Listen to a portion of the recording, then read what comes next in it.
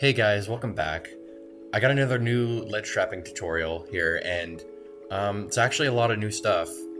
So let me just go into training mode and hop into it. Belmont's early meta ledge trapping found success in opponents who would panic and choose the wrong option at the wrong time. The most typical example being neutral get up into the holy water and then getting a forward smash. So players eventually realized that they could, simply jump or neutral get up, for example, after the flame ends, and putting up their shield, or just jumping after that, or after the axe passes through the stage. And then after that, Belmonts began incorporating the slow cross here, and this basically allows you to create a constant hitbox that would exist after the fire ends. Somebody couldn't just say, I'm going to wait after he throws holy water and then get up, because of the cross possibly coming afterward like this. However, the counterplay ended up being the same. Just simply wait on ledge until a safe opportunity or a laggy move is used. So somebody could literally just wait out all of this. They could just not have to pick anything, wait till that's over, and then end up jumping. So the purpose of this video is to show you how to make your opponent start panicking and falling into your kill confirm setups. Because if they're not panicking, they're not going to be falling into any of these confirms. So the first thing we've got to discuss is the amount of invulnerability you get when grabbing the ledge. So the wiki talks about this. Long story short, the longer you've been in the air before grabbing the ledge and the lower percent that you're at, the longer your invulnerability will last. The maximum amount of invuln you can get is 124 frames, which is a little bit over 2 seconds. So if I'm in the air for a super long time before grabbing the ledge, I have about 124 frames before it runs out like that. If I'm at higher percent and I was not in the air for very long, let's say I immediately grab the ledge, it's gonna run out very quickly, like that, like way less than a second. So the reason that's important is at lower percent, your opponent doesn't have to panic, since they don't really have to choose an option while they're invincible. They can just, again, like I said, wait all of this out and not do anything. Essentially, you have to stall their invulnerability for 104 frames, not 124. Since once somebody grabs the ledge and buffers an option, like I'm pressing get up attack, my character can't do anything for 20 frames. You can't act for 20 frames after you grab the ledge. So consider the double jump setup I talked about earlier. In the other previous ledge trapping video I made, the flame lasts about 55 frames, and the cross itself is at the ledge for about, 1, 2, 3, 4, 5, 6, 7, 8, 9, 10, 1, 2, 3, 4, 5, 6, 7, 8, 9, 10, about 40 frames. So that alone, this is like 90 something frames. That's basically all you need to stall somebody's iframes out until they run out. So now we gotta talk about what tools you have to hit the ledge once their iframes do run out. So now somebody's hanging at the ledge and they run out of invincibility. So he's not glowing anymore. You can hit him. With the exception of a few characters with low ledge hangs like Ganondorf or Ridley, these are the moves that'll hit the ledge. So you have forward smash, of course. It will kill around 50% or so. Again, the forward smash doesn't work on everybody. A lot of the bigger characters have lower ledge hangs, but it works on most characters. Don't forget you also have back air hitting the ledge, as well as forward air. These are really good because your opponent can't react to them.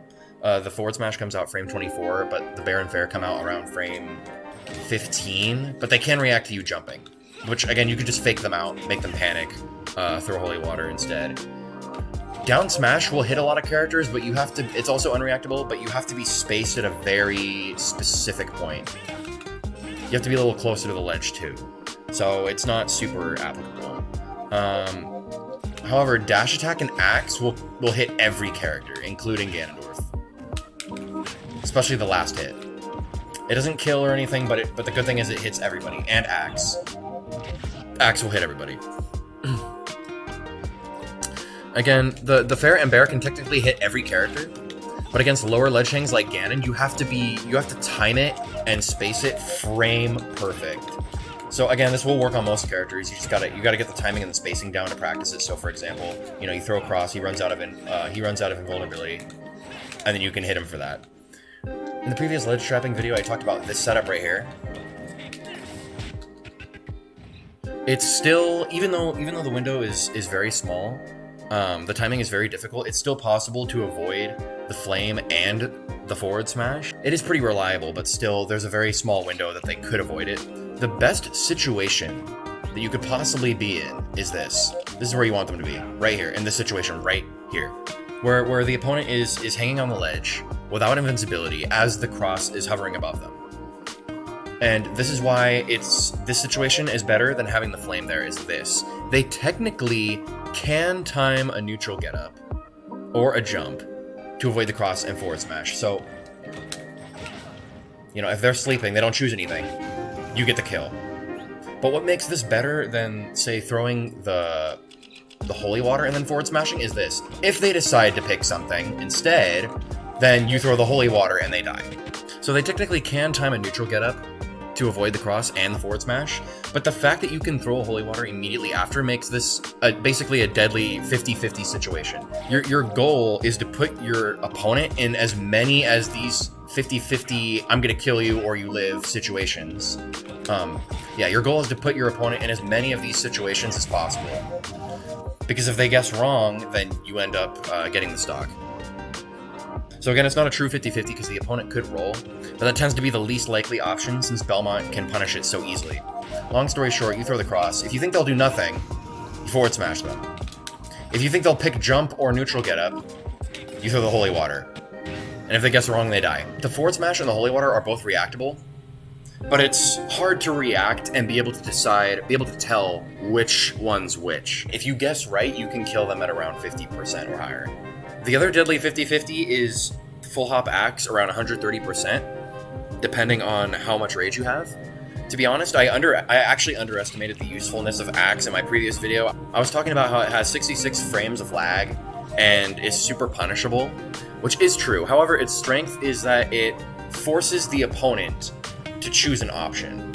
So if I have Ken off stage and he doesn't have any, his invulnerability is about to run out, which again, is way more likely at higher percents. Because remember, the higher percent you're at, the less invuln you have. So let's say he's at high percent, he ran out.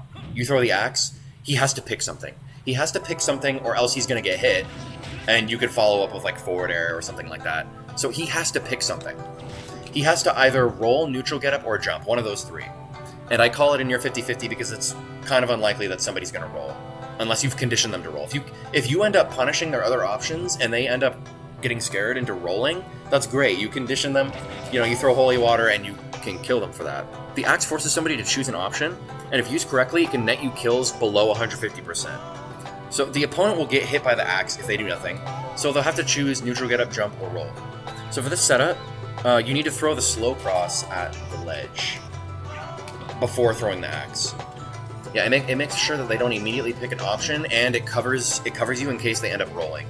So it makes sure that they stay there until their invuln runs out. And it makes sure that they don't get up before the axe passes through the stage. You don't want this situation to happen where you throw the axe, they get up, he could have shielded by now. Yes, you do have the axe forward smash, but most people are going to be able to time it right so that doesn't even happen. And so if you throw the cross first, they're not going to be able to get up as early. I mean, here he's probably screwed. You could probably get it. So somebody's not going to be getting up as early. They're going to have to wait until it passes through the stage. So if they get up as early as possible, you can act about 10 frames before they do. So if I, put up shield 1, 2, 3, 4, 5, 6, 7, 8, 9, 10.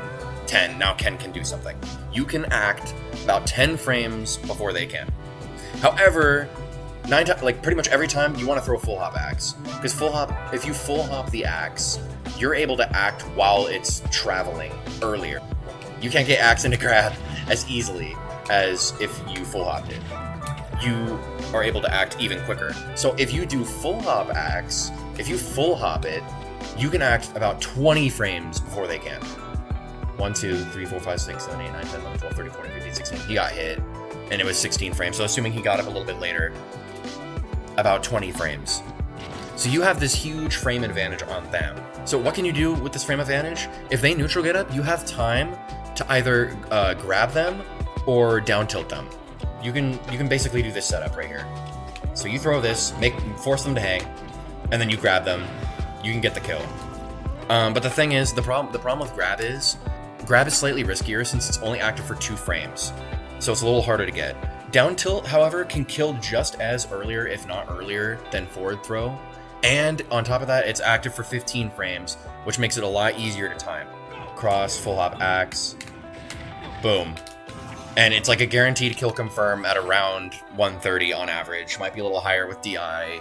If you have rage, it'll kill even earlier also. You want to make sure that you don't do the 2 hits of down tilt back to back. If I press the 2 hits back to back like this, look, it didn't even get the critical screen. What you want to do is you want to do the first down tilt, wait a little bit, and then do the second one, because it gives them like this. It gives the opponent more time to travel in the air so that they get knocked further off stage. The 2 hits immediately is not as strong as waiting like that. And again, this is assuming that they time it like perfectly. Just like that. Most importantly, you only want to go for the down tilt if you see them doing a neutral getup. The neutral getup itself is reactable. You should be able to throw the axe, see are they neutral getupping, and if it's yes, you actually pull the trigger. Don't just autopilot it and do axe and immediately down tilt, because if they ended up jumping instead, you just put yourself in the corner. And so the other option they're likely to choose is jump. Another solution that the axe helps solve is punishing the jump at ledge, which is the other likely option. So we're not using the axe hoping to catch somebody who jumps from the ledge. We're supposed to use it. It's supposed to be used to make it so that we don't have to guess what timing they're going to get up. Because again, if somebody's at the ledge and you think they're going to jump, well, you're throwing out back airs trying to guess when they're going to jump. The thing is, jump itself, like the jump getup, has a little bit over 10 frames of invincibility. 1, 2, 3, 4, 5, 6, 7, 8, 9, 10, 11, 12, like around 12 frames. While things like neutral getup and roll have like 20 or 30 frames of invincibility. So what this means is that the opponent has a very small window to time their jump without getting hit. And what this does is it makes it so that you don't have to guess when they're going to jump anymore. You don't have to try and throw out multiple back airs hoping that they'll jump into one. Instead, what you want to do is throw the axe. He has to jump now. Like, he has to jump at that specific moment, so you don't have to guess anymore. Like that. It's going to be roughly the same timing every time. And again, if they end up jumping too early, then they're just going to get hit by the axe. Choose too late, then they'll also get hit by the axe. So it's a very small window. A couple things about that. You want to use back air since it kills. There's a couple reasons you want to use back air. You want to use back air because it kills slightly earlier than his forward air, and it's also active for 2 frames instead of 1. Back air is active for 2 frames, forward air is active for 1, so it makes it easier to catch their jump with back air.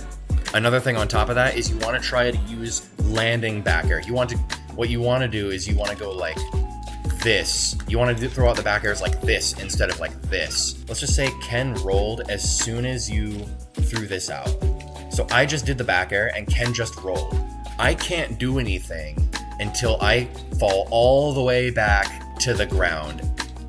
But if I go like this and I noticed I whiffed the back air, I'm already on the ground and I might have time to actually catch Ken rolling or react to him neutral getting. How you want to go about calling out jump after the axe is turning around and then landing back air. You got to practice the execution because you might accidentally get a forward air instead. If I miss the back air because they got up into the axe, you still have time to follow up and combo off of it. Of course, lastly, if you think that they're going to roll, which again is the least likely of the 3 options because of this, if you think they'll roll, then you can go ahead and throw the holy water. It'll catch the roll, and it'll probably get you a kill. This is the setup. You want to throw it short and then full hop it. You want to throw it short and then full hop it. If you think they'll jump, you do this. If you think that they'll neutral get up, then you do this, and then pull the trigger if it connects. And then if you think they're gonna roll, do this. It's a 1 in 3, but I call it a 50-50 because people are a lot less likely to roll because that's the most risky option.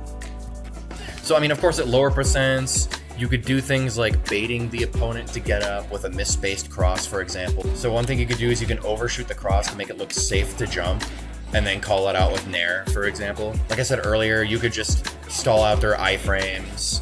A lot of the same principles still apply, just you won't get the kill. So you'd probably be better off going for things like Nair if you read that they're gonna jump back if you miss. Like if you use your double jump, you're probably fine, because if you get hit, you're like on your side of the stage. And if you think that they're going to neutral get up, you're probably better off going for a grab because it'll actually combo into forward air. And against low-hanging characters, like, yeah, so if it's like Ganon, they like to sleep on ledge because they know they won't get hit by anything. You can just dash attack the ledge. But of course, dash attack doesn't really kill. It's just kind of a reset and gets you damage. Also, don't forget to work on the ledge trump cross setups that I had in my most recent video. Yeah, don't forget to incorporate these because the more mind games that you can use, the better. Because it'll just keep your opponent guessing. Just the fact that you can go for the setup and your opponent knows that will make them panic. You know, you could say throw across the other way, fake them out, turn around and throw the holy water. In fact, I was labbing this out with somebody. I had them do this where they would hang at ledge, and as soon as they saw me dash forward, as if I was going to go for a ledge trump, they input roll. And it turns out that if you do that, if you do dash dance and then throw the holy water, it will catch the roll if they react to you dashing forward like that. So that marks the end of the video. Just a short recap. Using the axe should be the end of your ledge trap. It's the last thing that you do before they choose something. So don't think that you're going to be able to throw the axe and then continue your ledge trap. No, that's basically the end of the ledge trap. So make sure that you throw the slow cross before throwing the axe to cover roll and make sure they don't buffer something. And you want to full hop it if the stage allows you to. You might not be able to do this setup on, say, Smashville, where that platform's right in the middle, but you can do it on stages like Battlefield, FD. So you want to make sure that you use moves that hit the ledge to make the opponent panic and second guess themselves. So at mid percents, you want your opponent, even at high percents, you want your opponent to be in this situation. Right here, where if they don't choose anything, they get hit, they choose something, and then if you think they'll choose something, you throw the holy water. And yeah, full hop axe into down tilt against neutral getup is a legit kill confirm, so don't be afraid to go for it. I hope you guys got something out of this video, and I'll see you in the next one.